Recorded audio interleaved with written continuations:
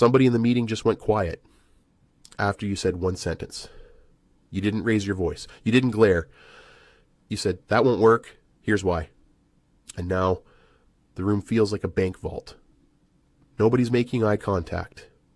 The 28-year-old who asked the question is staring at her laptop like it owes her money. And you're sitting there thinking, what did I do? I'm Frank. And today we're getting into why the most self-contained people in the office keep accidentally scaring everyone around them, and why the fix isn't turning yourself into a golden retriever. Here's the thing nobody warned you about. Your face, at rest, is doing more work than you realize. Two behavioral researchers at a company called Noldus Information Technology, Jason Rogers and Abby Macbeth, ran an experiment using facial analysis software that maps over 500 points on the human face. They fed it neutral faces. Just people, not smiling, not scowling, sitting there. The baseline reading came back at about 3% contempt cues on an average neutral face. Then they ran it on faces that people commonly perceive as having what the internet has, unfortunately nicknamed resting bitch face. That number jumped to around 5.76%, roughly double. Some write-ups of the study frame it as closer to 4 times the contempt signals of a normal neutral face. And here's the part that should make you feel a little better and a little worse at the same time. The effect showed up equally in men and women. Gender didn't move the needle. The face itself did. Certain neutral faces are at rest, broadcasting microsignals of contempt that the human eye picks up before the human brain can explain why. You're not making the face on purpose. You don't even know you're making it. It's a tiny lift at the corner of the mouth, a slight tightening around the eyes. Nothing you'd catch in the mirror.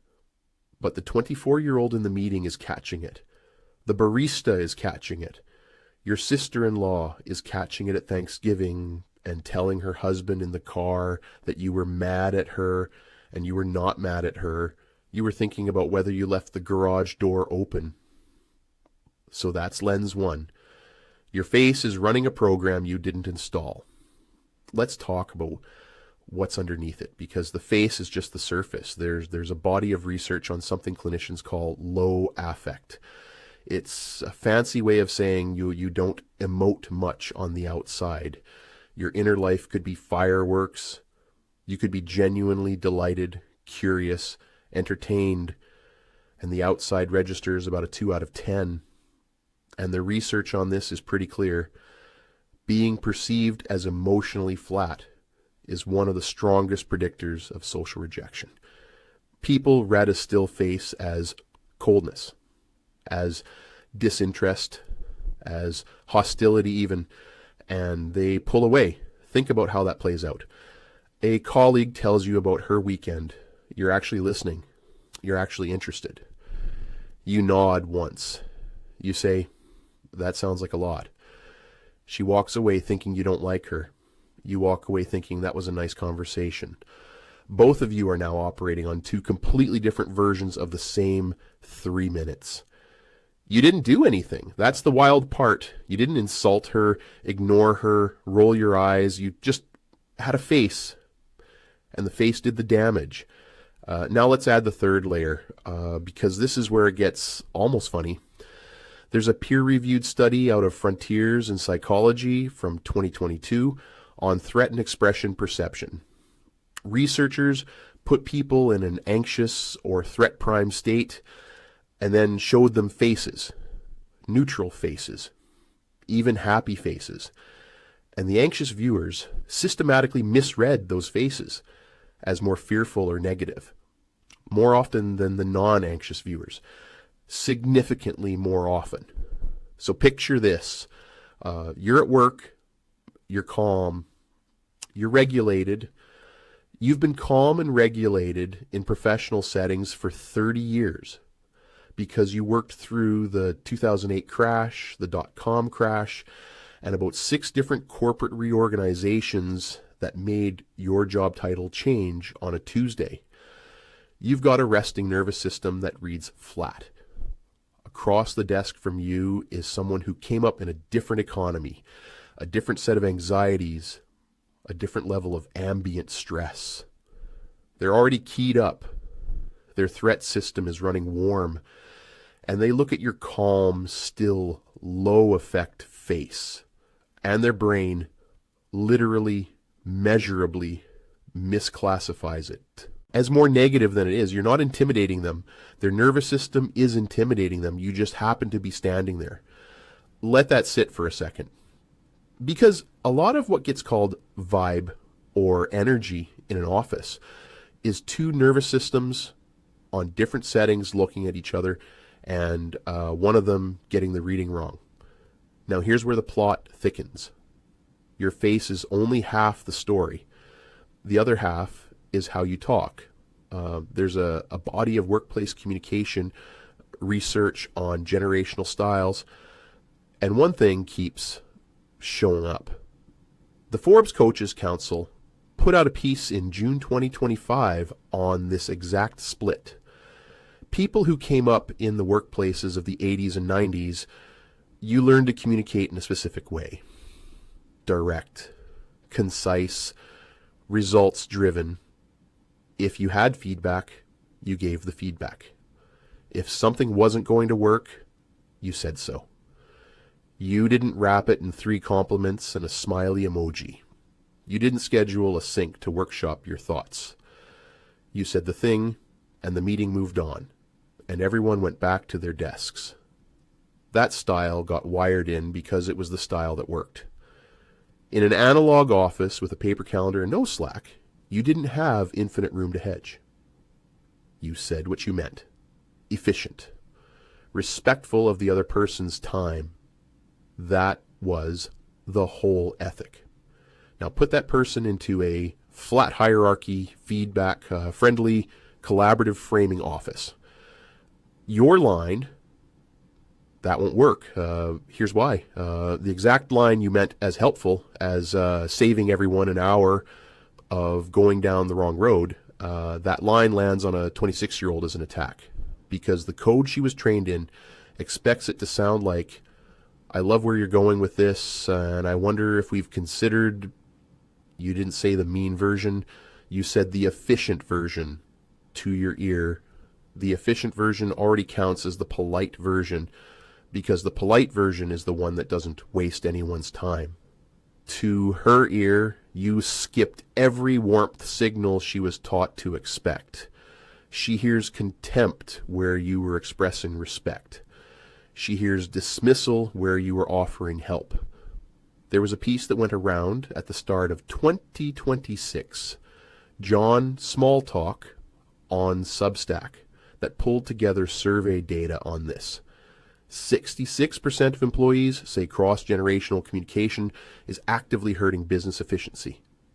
80% say communication style is the #1 generational split at work.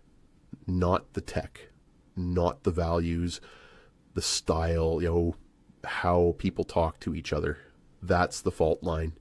So now you've got the face thing, the low effect thing, the anxious observer thing, and the direct communication thing all stacked. Before you've even walked into the meeting, you're 4 layers into being misread, and you're still just being yourself. Let me pause here for a second, because I want to be clear about what this is. I'm not telling you to soften up and start every sentence with just circling back with some thoughts. Nobody wants that from you. If you started doing that, the people who actually rely on you would panic.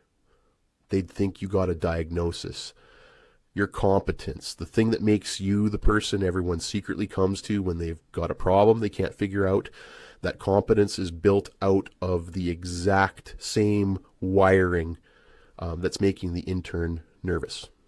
You can't rip out one without ripping out the other. Before I keep going, I've been working on something on the side, a book called Psychology of Gen X. It gets into a lot of this, the stuff that got wired into you young and what it's doing to you now, the patterns you can't quite explain about yourself. Links in the description if you want to look. And to everyone watching and sharing this stuff, genuinely thank you. If you want to go a step further, there's a Patreon too. Subscribers get early access to videos with no ads, and you help keep the channel running. That link's right there as well. QR codes on screen. Okay, back to the wiring, because we haven't talked about the deepest layer yet, and it's the one that ties everything together. Where does the still face, the direct speech, the calm nervous system actually come from? It doesn't come from nowhere. There's a marketing study from 2004 that gets cited a lot in this research.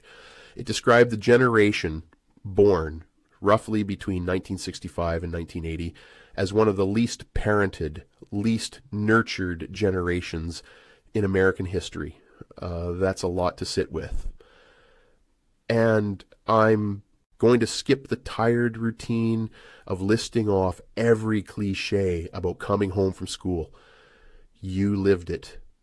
You don't need me to describe your own kitchen to you. What matters is what that produced. A synthesis piece from NeuroLaunch in April 2026 argues that reduced adult supervision, being the person who had to solve the problem, figure out the meal, handle the situation, deal with the sibling, didn't damage kids. It accelerated executive function. It built frustration tolerance early.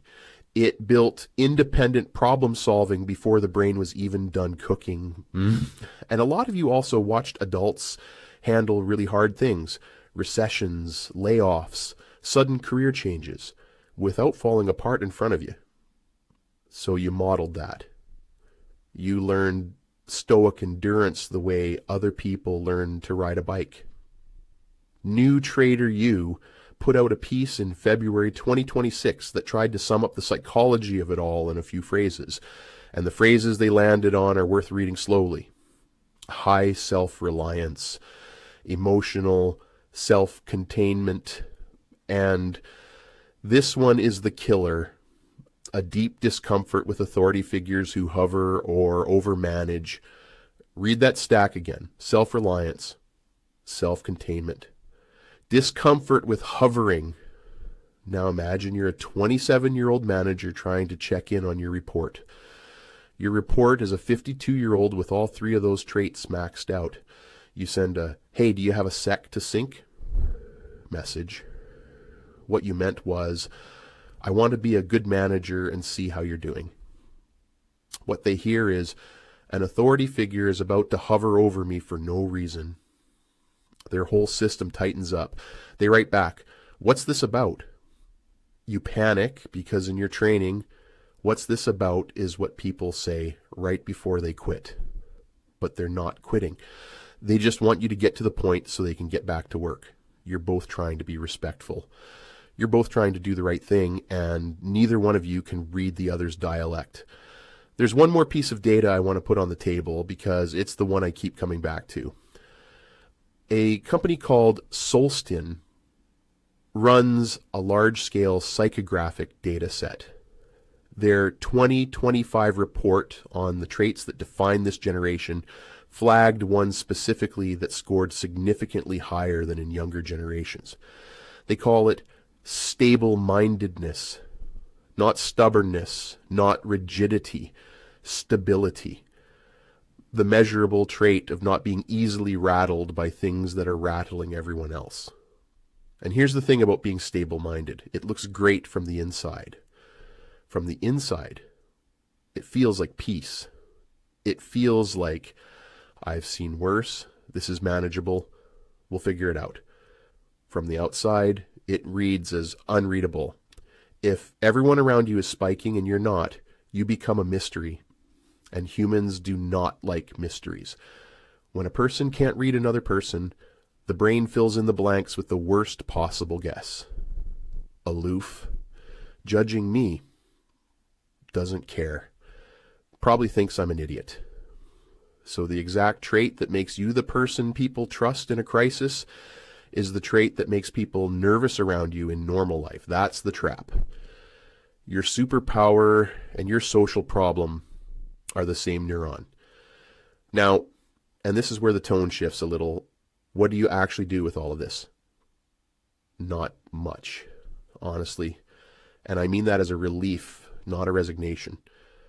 You don't need to remodel your personality to make anxious observers feel better about your face. That's a lousy trade, but there are two small moves that cost you almost nothing and change the red.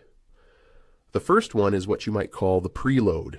Before you say the direct thing, throw in a 5-word warmth signal. Not a paragraph, not a compliment sandwich. 5 words. This is a good draft. And one thing that won't fly is the direct thing is still there. The content didn't change. You just gave the other nervous system a landing pad. And it's the equivalent of putting your hand on someone's back when you walk behind them in a kitchen. A tiny signal that says, I see you. I'm on your team. Costs nothing. Rewires the whole exchange. The second move is the check-in. Not, how are you feeling? Which will make both of you want to leave the room. Just a small question at the end of a hard conversation. Did that come out how I meant it? Or any of that land wrong?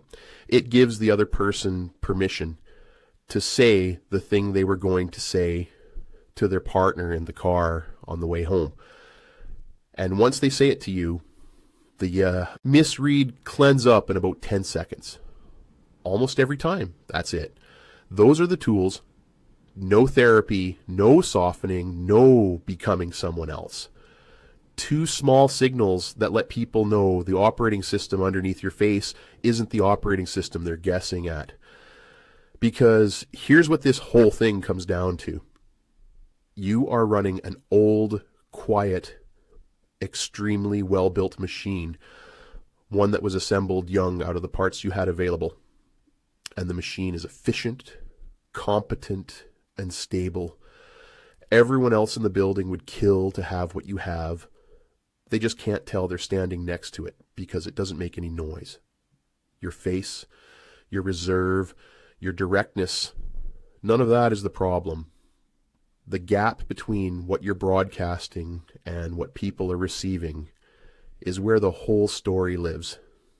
You close a little bit of that gap and suddenly the room stops going quiet when you speak. Suddenly the intern realizes you were on her side the whole time. Suddenly your sister-in-law figures out you weren't mad. You were tired. You didn't need to change who you are. You needed a translator. And now you've got one. You. Quick thing before I go. Psychology of Gen X came out of doing this channel and realizing all these topics connect into one bigger story about how you got built. So to everyone who was able to get it or anyone thinking of getting it, thank you for supporting the channel. Genuinely. If you're looking to get it for yourself, scan the QR code on screen right now. One last thing before you click off, because I think it's the piece that actually sticks. The people who read you as intimidating, a lot of them, once they figure out what you actually are, become fiercely loyal to you. That's the pattern that keeps showing up in the research on stable-minded people in workplaces. The initial read is cold. The long-term read is safe. Because after the intern works next to you for 6 months, she stops looking at your face. She starts looking at your track record. She notices that when things fall apart, you don't. She notices that you told her the truth about her draft when everyone else told her it was great, and the truth was the thing that actually helped. She notices that you never once made her performance about your own feelings. And one day, she'll tell somebody, probably in a bar after work, that you were the best person she ever worked for, and you'll never hear about it. Because you're not the kind of person people tell that to directly. That's just how this works. The people you scared in month 1 are the ones writing you into their LinkedIn recommendation in year 3. So if you're sitting there tonight replaying the meeting, wondering if you were too harsh, wondering if you should send a follow-up message softening what you said, you probably don't need to. Give it a week. Watch what happens. The person you think you rattled is more likely right now to be telling somebody, I think she's actually kind of great. She just has a face. That's your inheritance. Own it. All right. Go watch the one on the screen. I think it's the right one for you.